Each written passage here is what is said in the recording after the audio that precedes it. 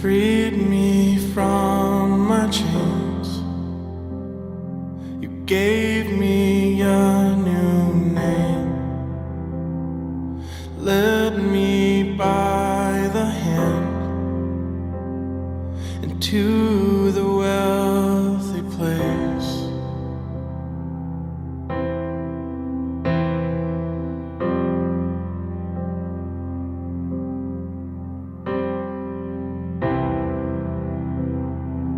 Freed me from my chains.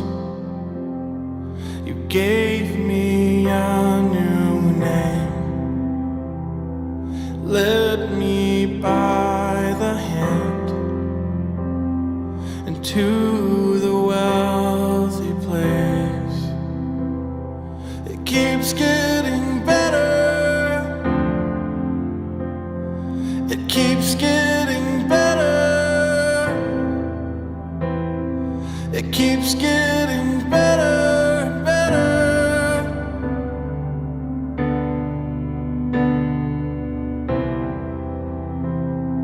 It keeps getting better. It keeps getting better.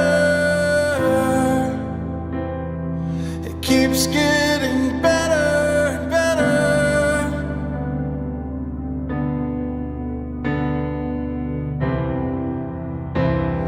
You conquered my Egypt, Yahweh, Yahweh. Walked through my desert, Yahweh, Yahweh. Broke through my darkness, Yahweh, Yahweh. Delivered the promise, Yahweh, Yahweh. For you know the plans for me, my hope and future. You set in my destiny to a path that prospers. For you know the plans for me, my hope and future. You're setting my destiny to a path that prospers. For you know the plans for me, my hope and future. You're setting my destiny.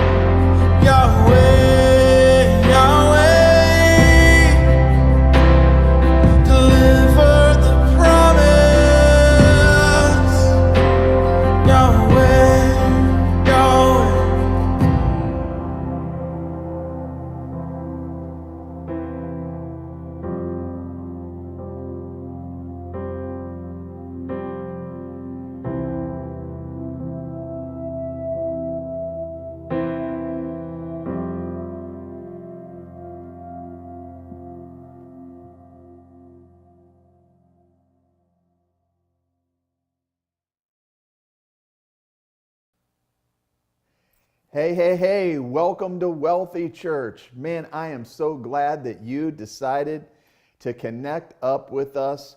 I'm telling you, I'm expecting some incredible things to happen to me in 2023, and I am expecting incredible things to happen in your life.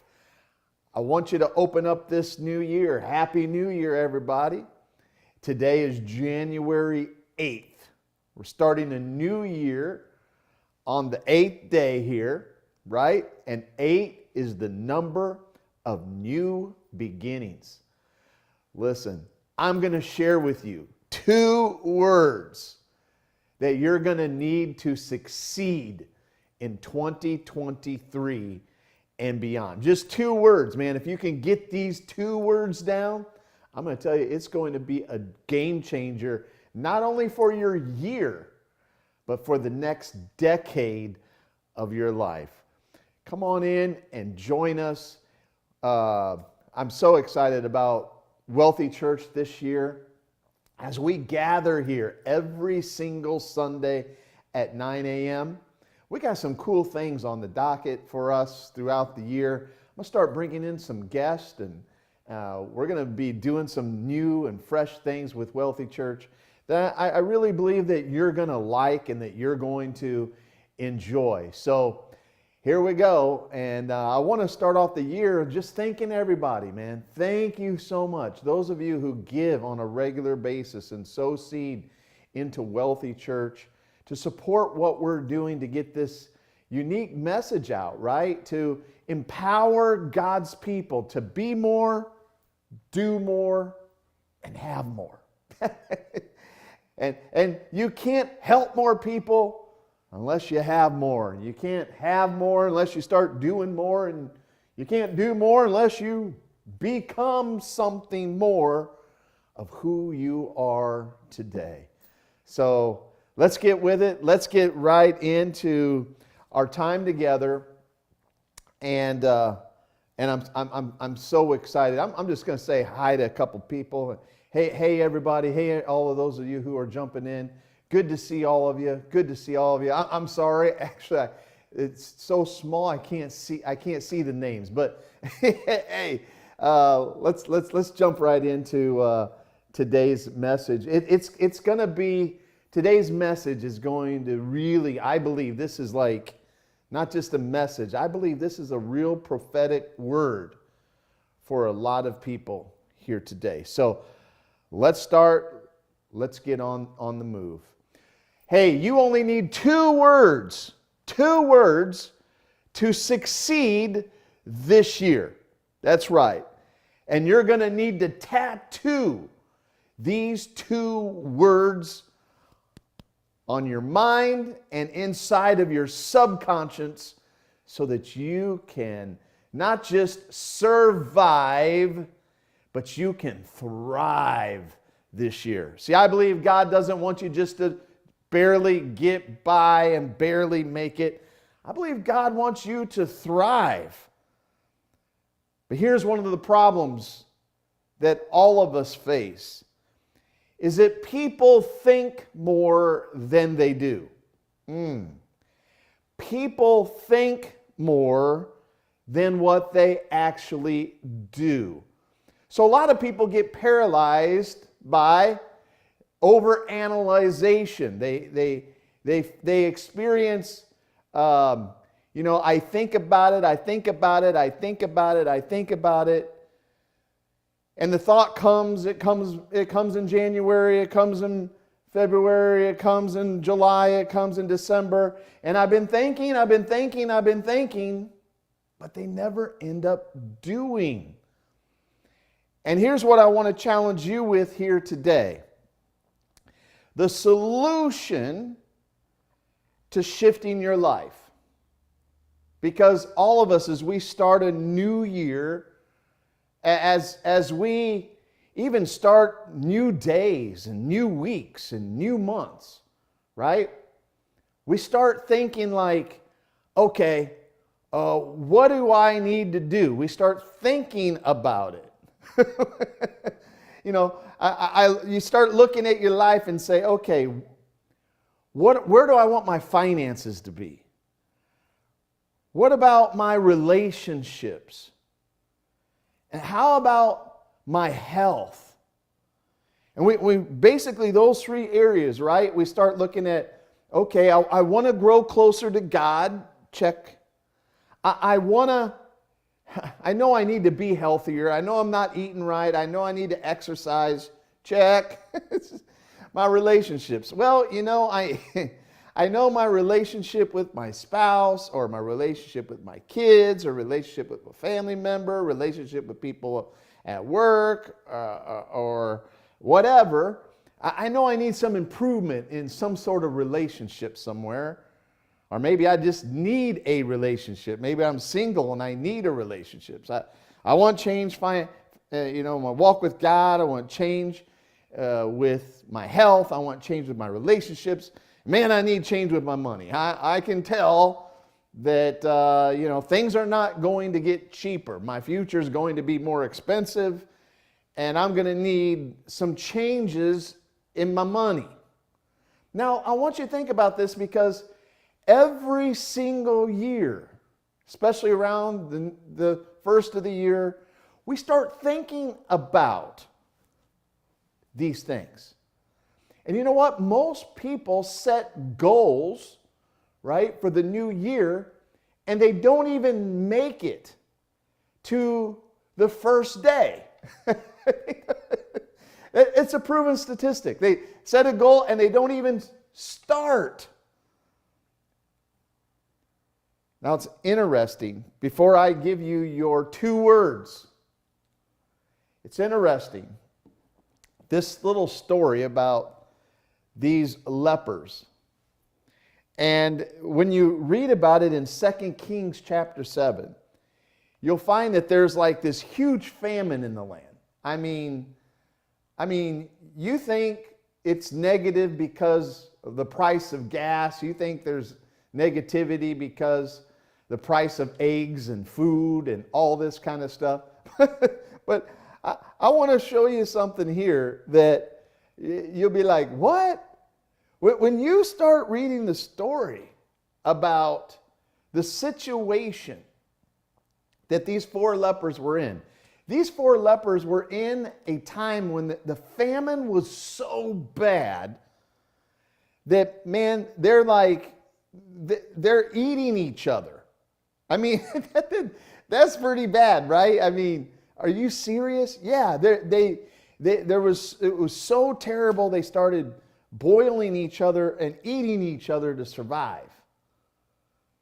And it's interesting because what you find in 2 Kings chapter 7 verse 3, it says, now there were 4 lepers, let me read that, let me get that again. 2 Kings chapter 7 verse 3, it says, now there were 4 leprous men at the entrance gate, and they said to one another, so get this picture, big famine, there's 4 leprous men. They were lepers were considered outcast. They're sitting around a gate, talking, thinking. That's what drives me nuts about spiritual people. They talk, they think, and think, and think, and they talk about their strategies, and they talk about their theology. They got theology on the mind, but no actionology.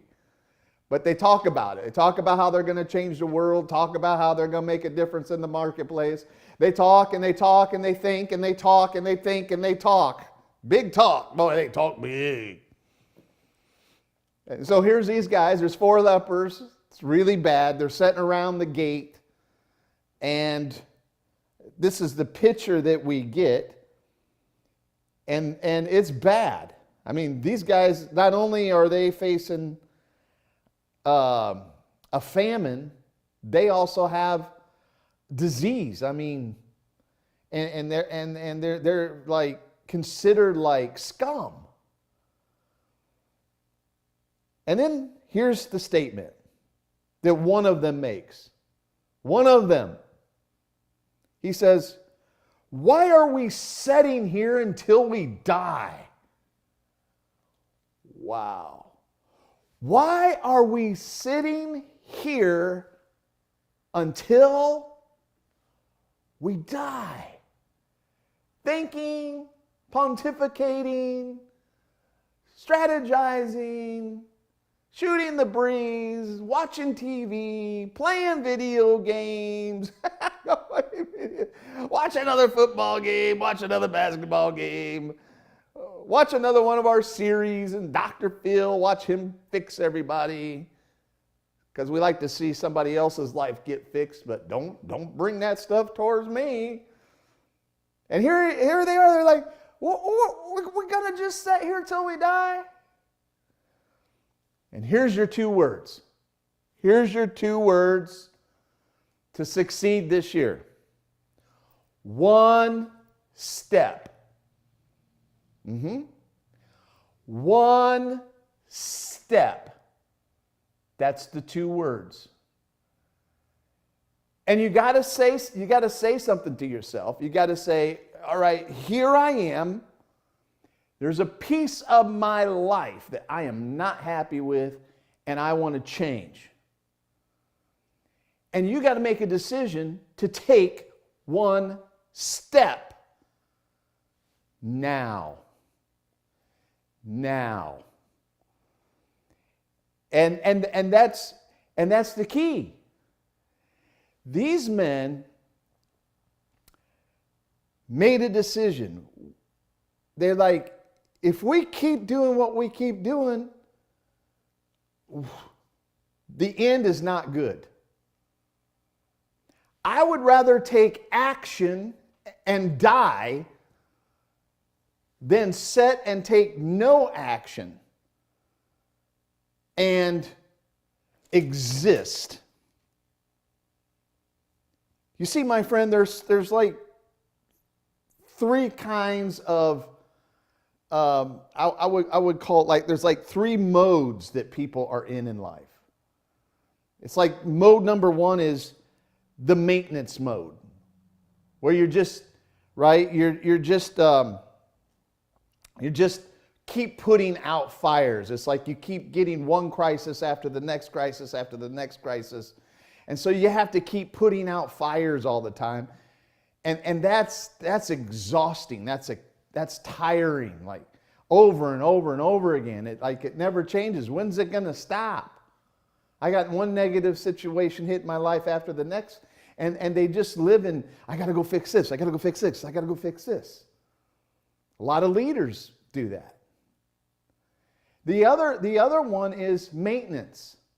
Maintenance is just where I'm just maintaining everything. I'm just in this situation where if I could just keep what I have and maintain where we're at, that's called the comfort zone. It's called the comfort zone. These lepers at the gate, people, the reason why they sat on the gate is because it's people coming in and out, They're lepers. Oh, I feel sorry for them. Hey, here's a buck. Here's some money. Here's a bag lunch of food. Now they don't have no food. Now they're like, uh-oh, we're in famine. Ain't nobody giving us no food because they don't have any food. They're boiling their kids and eating their kids.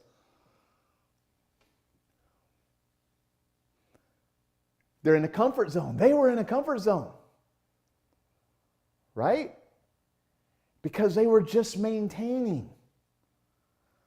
The third mode is momentum. Getting momentum back. When you're in momentum is like, man, things are happening for me. Momentum, you can tell just the pickup of my voice. Momentum, there's energy, there's excitement, there's joy.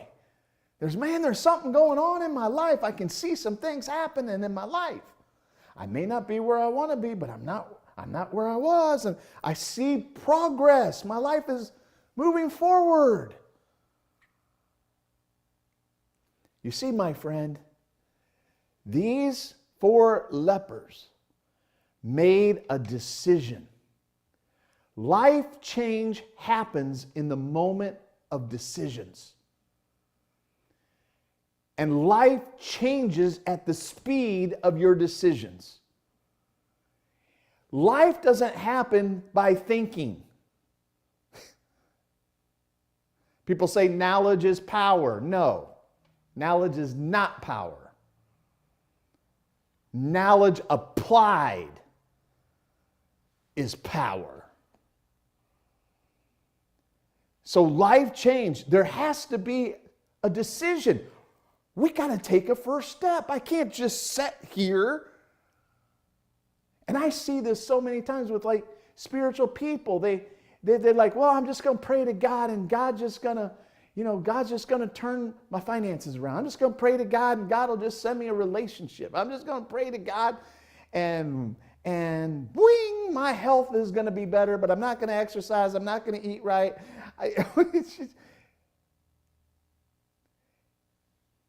I'm asking you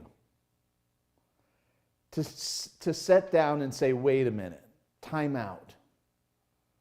God gave me power. God gave me authority in the earth, the ability to act, the ability to take a first step. And I'm telling you, it's required. If you want to see life change, you can go to church Monday through Sunday. You can live in church. You can pray. You can fast. You can quote scriptures. You can confess the Bible. I'm going to make a positive affirmation today. You can do all of that stuff, but confession without action is delusional. And this one man, there's something about this one guy, he came to himself. It's like the prodigal son. He was sitting there in the hog pen, and the Bible says he came to himself. I got to do something. I got to get up on out of here. I got to take a step away. Now here's the thing, right? I must take a step, and then providence moves. It's not, and providence means God's dealings in my future. It's not, wait, I'm going to wait for God to move and then I'm going to move. That's not how it works, my friend. I'm sorry. That's not faith. I love James because James says faith without works is dead. See, I believe that God is asking you to do some really big things. I believe that God is asking His people to come out of their comfort zone, come out of maintenance mode. And some of you have been like a bear that goes into hibernation. It's like since 2020 with COVID, it's like some of you are like, you don't even realize it. You're like in this maintenance mode. That's what a bear does. It just goes into maintenance, maintaining. It gets caught up. It gets comfortable. It stays in its, down in the ground, whatever they do. I don't know what they do, but there's no action. It's just maintaining to get by until the season passes. God wants to do some incredible things, but He needs you to take a first step, because once you take the first step, that's when God's going to move on your behalf. I remember when I was building our new house, first time I've ever built a new house before in my whole life. I had no idea what was going on. And the interesting thing about this, right, is like we had a desire, we had a goal. My wife and I, we had a dream. And so here we were. We were in our old house, but we had a dream of building this new house with my studio in it. And we were tired of living in a gated community. and nobody mowing their grass right. And we just got frustrated with everything that was going on. We're like, man, we want to get out of here. And what some of you need to realize is some of the frustration that you're experiencing in life is like God's trying to get you out of your comfort zone of your nest.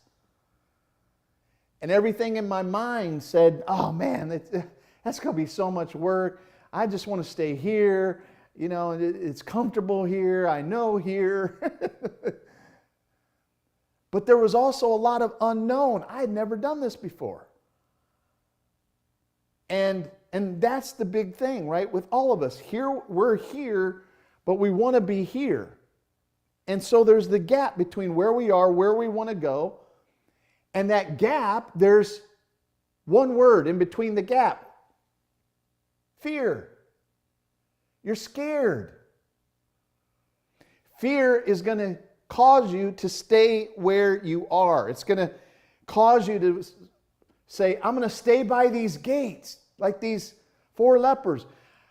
This has been the place we've been fed for a long time. I'm going to stay by these gates. And maybe if we wait a little longer, maybe things will change and people come back by, start feeding us and giving us money again. But I was like, no, we've got to make a move. And what I kept hearing was, hey, Keith, I want you to progress. I don't want you to stay the same. I don't want you to remain where you're at. I want your life to progress and to move forward. And so I believe God was asking me to take a step. What was the first step? I'm like, well, how are we going to do this? Well, the first step was, all right, I got to find a piece of property. So I started looking for a piece of property. That was what? That was the first step.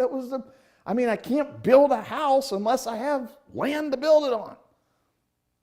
So I took the first step. I said, all right, I'm going to start looking for a piece of property. I took the first step. See, once you take the first step, then providence moves on your behalf. And here's a really cool thing.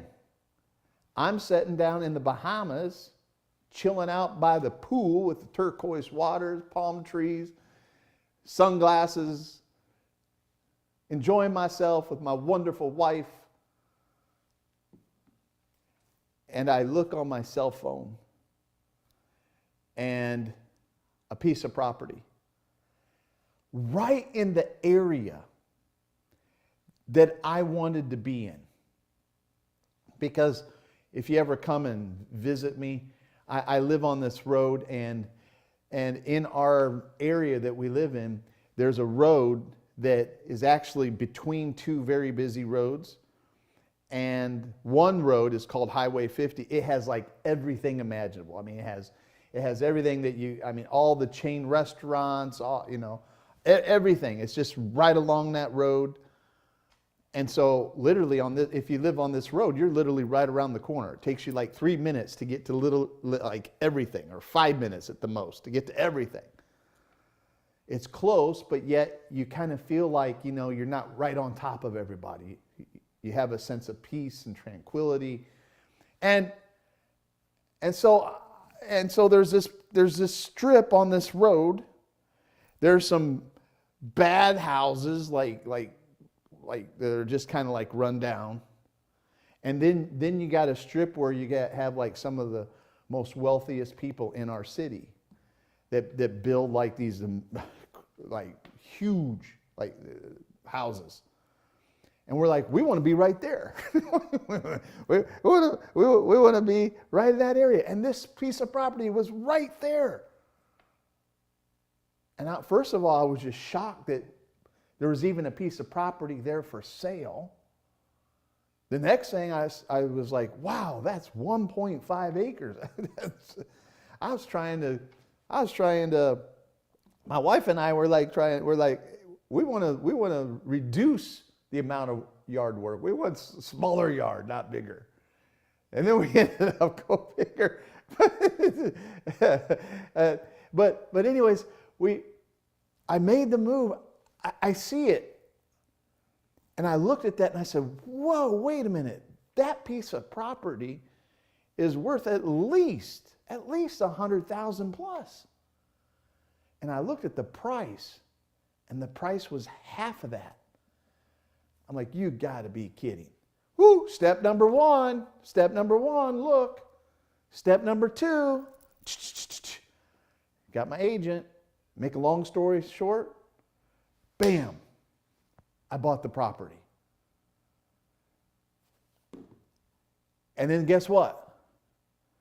The Lord provided all the money for us so that we could pay cash for the property.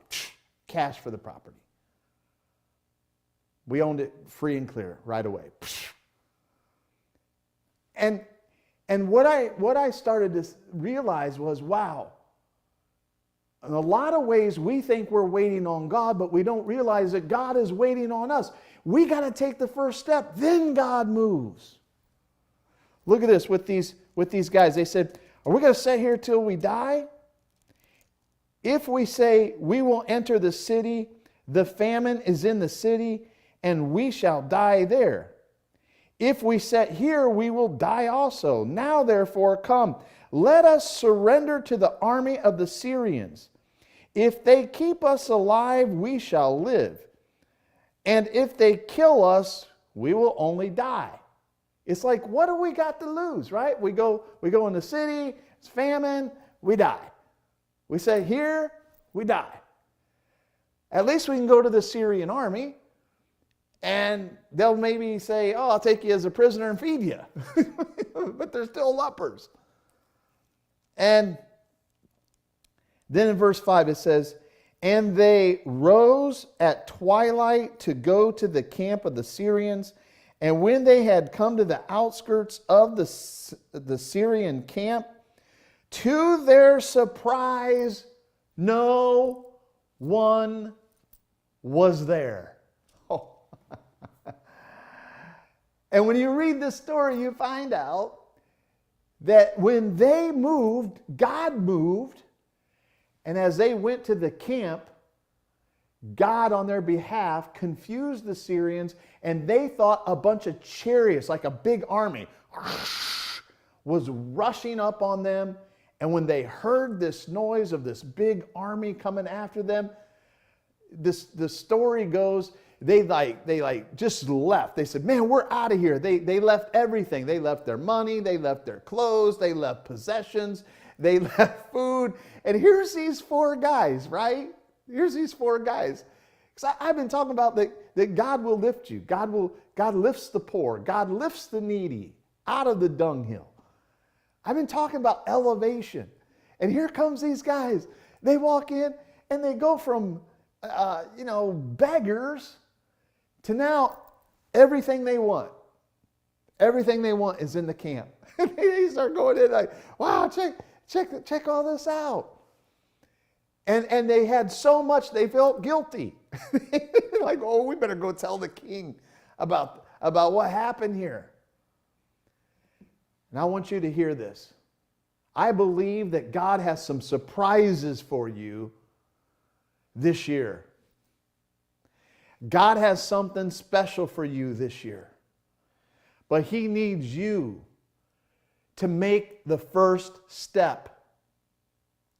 And guess what? It's going to take confidence. Yes, see, some of you think in your mind. Here we go. Here you go. You ready? Some of you think in your mind that you're stuck. You think, we can't do nothing. It's over.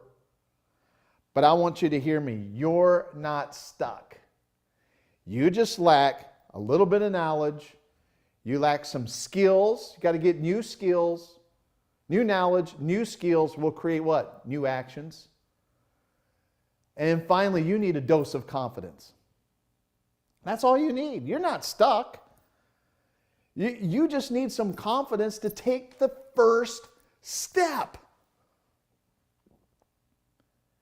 And then God, just like these four lepers, then God's going to move for you.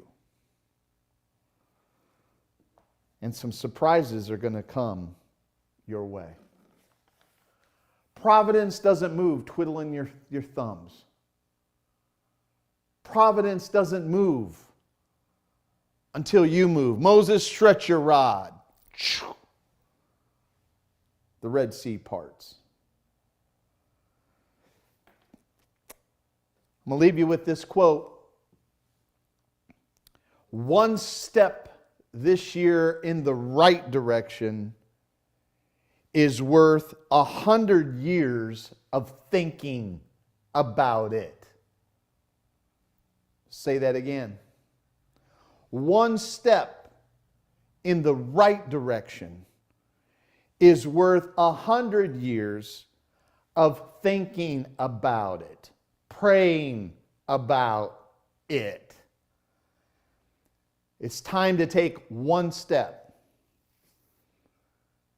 No matter what that step is, it's time to take the step. It's time to make our moves. God is asking you to take a bold move. Now is the time. Don't put it off. I'm going to do it next month. Maybe. I'm considering. Wish you. Go for it. I remember why we were building the house with everything that goes on. If you ever build a house, I mean, the price they quote you is never the same. I didn't know that when I went into it. And all this stuff was going on, and they didn't factor in this. All this going to cost you this much money. Oh, now this, you got to have this. Oh, you need, oh, wow. We didn't give you enough money for grass. On 1.5 acres, $40,000 just in grass. Yeah, I said that. $40,000 in grass. Crazy. But here we are, we're in the middle of this build, all this crazy stuff is going on. And the land next door to us, 5 acres. I'm like, I'd like to own that piece of property. I'd like to control that piece of property. I made the first step. The first step, what's the first step? I looked up who owned it. I researched the lady's name. She was an old lady. And I called and I contacted them. I said, hey, if you ever want to sell that piece of property, let me know. Oh, not right now. We're not interested. That's Mama's property. Well, during COVID, Mama passed away. And I got a call from the daughter. We're willing to sell it. I'm like, how much you want for it? They told me the price. And I'm sitting here going, wait a minute. I'm in the middle of building a house. And now, here's this piece of property that I have an opportunity to buy. And when they put a sign on the front, it's gone. That property will be gone. As soon as they list it, gone. What did I do? Took the first step. I said, no, I'm in takeover mode. I'm not going to be in maintenance mode. I'm just going to maintain it. I am in possess the land mode. And I figured it out. Once I said yes, the how-to came, and I figured it out. And now that piece of property has now quadrupled. I made quadruple my money on this piece of property. And the future of it is just going to continue to go up, up, up, up, up. When it's all said and done, I'll make 10 times my money on this piece of property next door. First step, then God moves. Excuse me. Hope you enjoyed this day. So let me ask you, what have you been thinking about? What have you been twiddling your hands and saying, oh, well, I'm waiting on God for this. I'm waiting on God for that. I'm waiting on God for this. Well, the single person says, well, I hope God sends me a husband. or a wife this year. Like, well, are you anywhere where people can see you? I mean, through the internet now, you have ways to connect with people, for someone to see you. If nobody ever sees you, if you don't make some steps, if you just say here, well, God, just send me somebody. If you're not being seen, how's anybody going to see you? You got to go to places, go to church, go, I have some friends, went on a dating site. Hey, and wonderful couple, great couple, met on a dating site. I've also seen some bad situations, but but the principle is, man, you got to take a first step. You got to do something. You might have to show yourself friendly. Go introduce yourself. You got to take a first step. Go sign up at the gym if it's health issues. You got to take a first step. Hey, I need to make more money. Take a first step. Become an author, speaker, coach, consultant. Take a first step. And then you figure it out. We get so many people because I mentor people, 10 to 12 people every quarter. Oh man, I want to do that. Well, good. Take the first step. Oh, I know how much it costs. I don't have the money. See, that's the problem with you. That's the problem with you. You won't take the first step. I said, just fill out the application. Oh, but I know how much it costs. See, you're trying to figure out how much it costs before you take the first step. It's like me saying I'm not going to look on the internet because right now I don't have the $100,000 to buy that piece of property. I don't have it. That property, I know where how much those properties cost over there, and I don't have $100,000 for it. So I'm not going to do nothing. All of a sudden, I took a first step, and it wasn't $100,000, it was $50,000 or $55,000, something like that. I'm like, wow. And once I took the first step, I got my realtor, got them going on it, got the price taken down a little bit. Ooh, he wrote a contract that gave me more time to do my due diligence. I'm doing my due diligence and working to get some money for it. See? And bam, bam, bam, one step at a time. Do, do, do, do, do. So one step in the right direction is worth 1,000 years of thinking about it. It's time to do something. I hope you've enjoyed this. I want you to look at your life and I want you to say, what is my next step? What is just the one little thing I can do? And have confidence. The bottom line is this: the man who has more, the man who does more, and the man or woman who helps more people is a man or a woman who does more. It's the bottom line. It doesn't matter whether you're saved or unsaved. You're a follower of Christ or you're Muslim. It makes no difference. Take action and take the first step, and providence is going to move for you. God bless you. If you enjoyed this, post down below. Subscribe to our YouTube channel over on YouTube. Just hit the subscribe button. And we love to hear from you. Just post down below. Share this video. Share this time together. You know you got some people in your life that need to hear this message. So all you got to do is hit the share button. Don't just be a consumer. Be a contributor. And you contribute by hitting the share button, right? We spread the word by hitting the share button. So do that. Finally, it's the first of the year. I want to challenge you to sow a seed. And this sentence right here is life-changing on the top. Seeds change seasons. Seeds change seasons. If you want some financial changes in your life, you got to sow seed. Financial seed.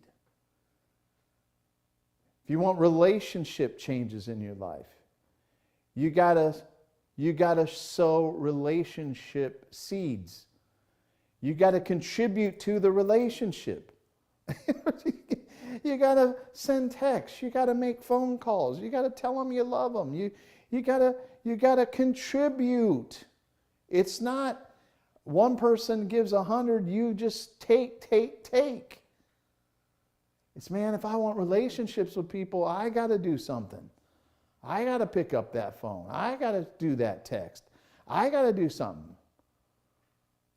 If you show yourself friendly, you're going to reap friends. Your whole life is a seed. What are you sowing? And what you sow for is what grows in your life. If you need more money, you need to sow seed. So I want to challenge you to go to wealthychurch.com. Get seed in the soil as we begin this new year on the 8th day. Get seed into the soil. I want to challenge you to do something that you've never done before. I want to challenge you to sow at $1,000 level. Get $1,000 seed. When Solomon's life change was when he sowed 1,000 offerings. It's an interesting study. And that's when God came to him and said, Solomon, ask for whatever you want. And he said, I'll take wisdom. But that was on the heels of him sowing 1,000 offerings. Interesting. I want to challenge you to sow 100. I want to challenge you to get behind us. Some of you, just get behind us. You enjoy these teachings. You listen to these teachings. Don't just consume, contribute. We're believing for 300 partners to support us at $20 a month, $100 a month, $500 a month. Whatever it is, to get behind us and consistently sow. wealthychurch.com, paypal.com, and Cash App at Dr. Keith Johnson, or call 352-597-8775. And we want to thank you. All those of you who sow, thank you so much. God bless all of you. So glad that you joined us today. Make sure you share this one. God bless. Bye-bye.